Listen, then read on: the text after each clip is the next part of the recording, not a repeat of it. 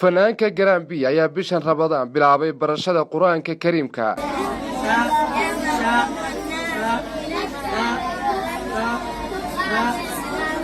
فنان موسى سعديان oo ku caana magaca Garambi waa fanaan siyaasi actor nin saameyn ku leh dalka Guinea waxa uu ka mid yahay fanaaninta ugu cad laf dhabartana waa dalka Guinea waxa uu dhashay sanadkii 1993 waxa la helay xanuun heart oo lafaha waxyeela fanaanka Garambi ayaa waxa uu sanadkii 2020 guursaday gabadh model ahayd qorshahooduna waxa uu ahaa in isla aqalgalaan bilowga sanadka 2021 balse waxa la sheegay in aqalgalkii kala kacay waa fanaan Soomaalidu aad ula socoto riwaayadihiisa xiisayso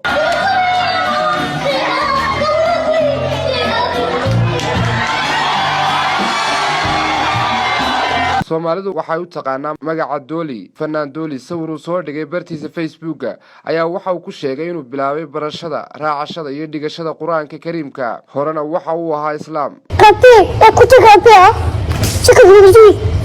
Cabdiraxmaan Yaasiin British Tan TV